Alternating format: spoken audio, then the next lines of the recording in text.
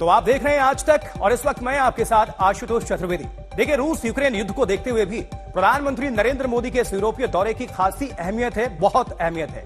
दरअसल देखिए, रूस के साथ जर्मनी का नेचुरल गैस की सप्लाई को लेकर विवाद हो चुका है और इसके अलावा बात करें तो युद्ध में यूक्रेन की सैन्य मदद करने के मामले में रूस की यूरोपीय देशों से ठन चुकी है, आपको यह पता है। इसीलिए ये देश भारत से यूक्रेन युद्ध के मामले में बातचीत जरूर करेंगे और साथ ही रूस को मनाने की पूरी कोशिश करेंगे।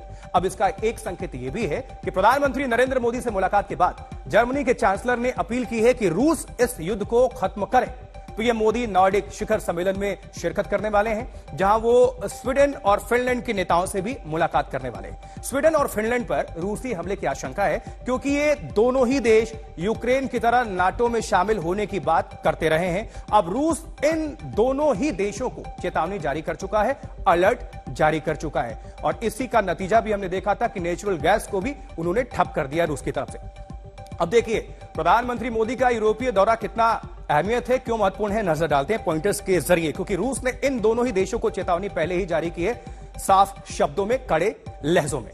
रूस ने कहा था कि आप जो भी कर रहे हैं गतिविधियां वो ना करें, अन्यथा अंजाम बहुत बुरा होगा। वर्ल्ड वॉर की धमकी भी दी जा चुकी है। तो इसलिए पूरे ही देश अगर बात कर लें, यूरोप की बात कर लें, तो वो रूस को नजरअंदाज कभी नहीं करते, बल्कि वो खतरे की तरह देख रहे हैं। प्रधानमंत्री से देखिए शिखर वार्ता होगी। इससे पहले जर्मनी के चांसलर से भी वो मुलाकात कर चुके हैं पीएम मोदी। वैसे आपको बताएं कि दोनों इस दौरे का मकसद दो देशों के आपसी संबंध, व्यापार, यानी कि आर्थिक, राजनीतिक, सामरिक लिहाज से यह काफी महत्वपूर्ण दौरा है भारतीय प्रधानमंत्री का। और यह सीधी तस्वीर आप देख रहे हैं, जहां डेनमार्क की प्रधानमंत्री और भारतीय प्रधानमंत्री की मौजूदगी, यह तस्वीर अपने आप में काफी मायने करती है। थोड़ी देर पहले की यह तस्वीरें, जिन तस्वीरों की हम बात कर रहे थे, जिक्र कर रहे थे, और सबसे बड़ी बात यह है कि भारत के लिहाज से, डेनमार्क के लिहाज से, यानी कि दोनों ही देशों के लिहाज से, आर्थिक, सामरिक, राजनीतिक, किसी भी लिहाज से उठा लें आप, यह बहुत ही महत्वपूर्ण दौरा है भारत के लिए, डेनमार्क के लिए। और ऐसे वक्त में प्रधानमंत्री नरेंद्र मोदी की यूरोपीय यात्रा हो रही है, जहां पर रूस और यूक्रेन भीषण जंग एक दूसरे के खिलाफ कर रहे हैं। इसलिए यह काफी महत्वपूर्ण हो जाता है, क्योंकि डेनमार्क भी चाहेगा कि भारत से दोस्ती और बढ़ाई जाए, इनकी प्रगाढ़ता, इनकी मित्रता और ज्यादा बढ़े। इसलिए ये तस्वीरें देखिए बहुत कुछ कहती हैं, बहुत कुछ बयां कर रही हैं और बहुत कुछ निर्भर करता है बॉडी लैंग्वेज पे। देखिए कितना सकारात्मक, कितने ये पॉजिटिव तरीके से आपको निकल कर आ रहा है। कोपेनहेगन, ये डेनमार्क की राजधानी है और यहीं पर मुलाकात हो रही है डेनमार्क के पीएम और इंडियन पीएम नरेंद्र मोदी के बीच, ये दोनों की मुलाकात। और आपको दिखाया था हमने कि थोड़ी देर पहले जब प्रधानमंत्री नरेंद्र मोदी जर्मनी के बाद अपने दूसरे यूरोपीय देश डेनमार्क पहुंचे, कोपेनहेगन वो उतरे, जोरदार भव्य तरीके से उनकी अगवानी की गई। खुद वहां के प्रधानमंत्री की वहां पर मौजूदगी थी, उन्होंने अगवानी की।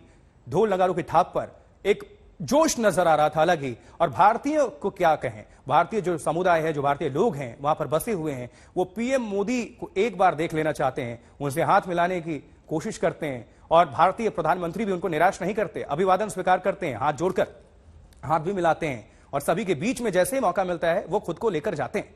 यही खासियत भी है प्रधानमंत्री नरेंद्र मोदी की दूसरे नेताओं से, जिन्होंने अपनी विशेष एक पहचान, एक विशेष छवि, एक विशेष जगह बनाई है लोगों के बीच।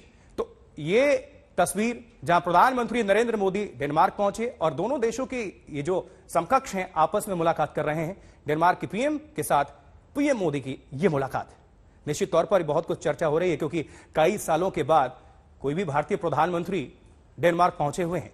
मनमोहन सिंह के बाद पूर्व प्रधानमंत्री मनमोहन सिंह पहुंचे थे डेनमार्क, उसके बाद से उस बात को कई साल हो गए और अब डेनमार्क की धरती पर हैं भारतीय प्रधानमंत्री नरेंद्र मोदी।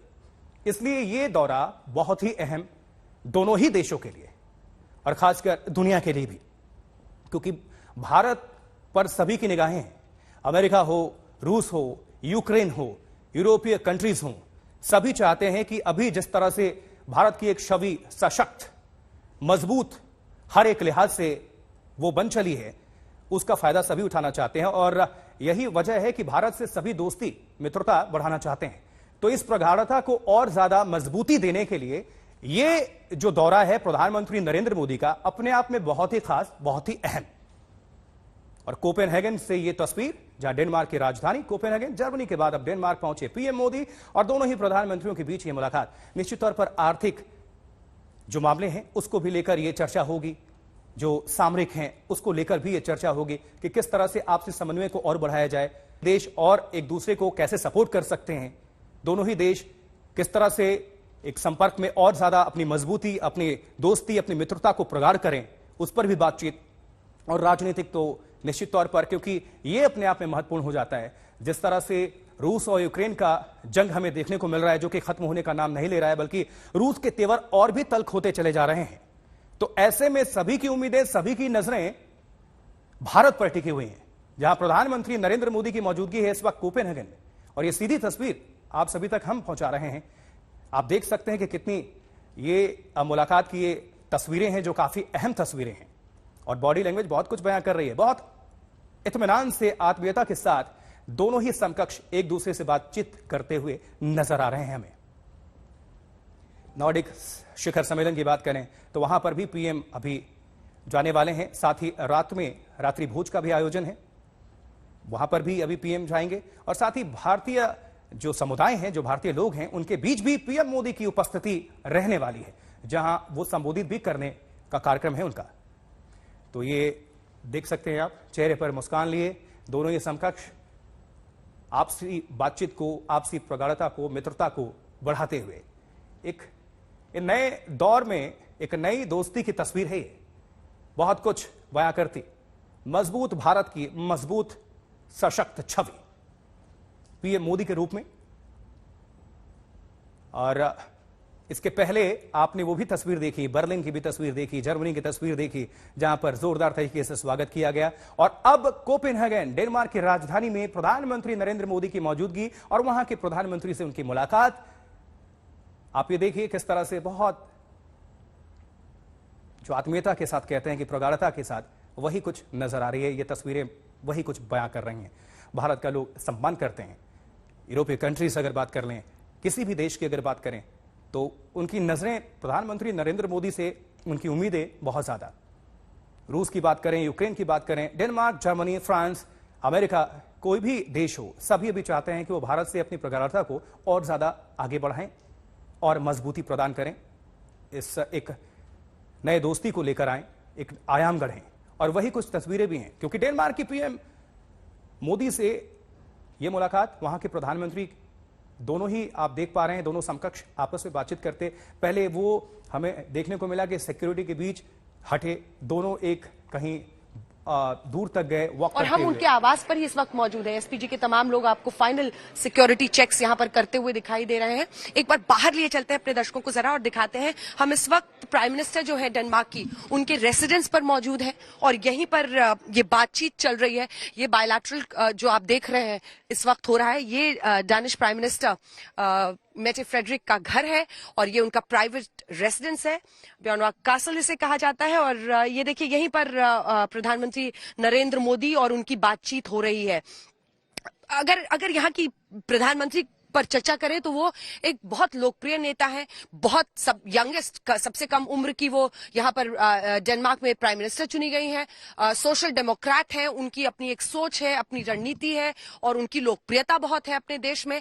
कोविड को उन्होंने जिस तरह से, यूरोप के बाकी देश जब कोविड की मार झेल रहे थे तो उन्होंने अपने देश को किस तरह से बचाया, इसको लेकर उनकी प्रशंसा हुई। कई सारे कुछ स्कैम्स भी हालिया दिनों में हुए हैं, लेकिन इन सब के बावजूद प्रधानमंत्री नरेंद्र मोदी का ये डेनमार्क का दौरा भी बहुत दिलचस्प है। ये बायलैटरल के जरिए क्या रिश्तों में बेहतरी होगी, सबकी नजर ये रहेगी।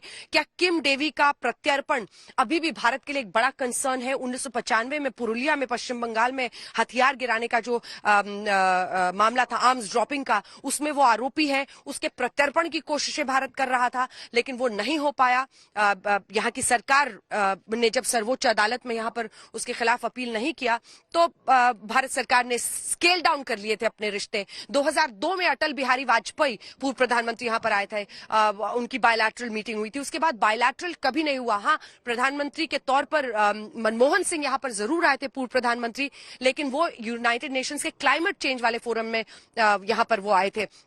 बायलैटरल टॉक्स नहीं हुई थी। तो इतने लगभग 20 साल के गैप के बाद, पूर्व प्रधानमंत्री अटल बिहारी वाजपेयी के बाद 20 साल के गैप के बाद ये बायलैटरल हो रहा है। और एक बार फिर से आपको ये दिखा देते हैं, ये तस्वीर देखिए, ये उनका घर है, डेनमार्क की प्रधानमंत्री मेटे एंडरसन का, और यहीं पर ये बायलैटरल मीट जिसके अंदर की तस्वीरें आप देख रहे हैं, ये उन्हीं का पूरा रेसिडेंस है। बहुत खूबसूरत ये देश है और बहुत खूबसूरत कोपेनहेगन की आज की ये सुबह भी हो गई है। सुबह ठंड बहुत ज्यादा थी, लेकिन रिश्तों की गर्माहट जैसे अब बढ़ती जा रही है दिन की दोपहरी आते आते। और ये चारों तरफ आप देखेंगे इस कासल में भी, तो चारों तरफ इस कासल के आपको एसपीजी के, डेनमार्क के तमाम सिक्योरिटी फोर्सेस दिखेंगे, क्योंकि चारों तरफ से पेड़ों के बीच में ये पूरा जो कासल है वो पेड़ों के बीच में है।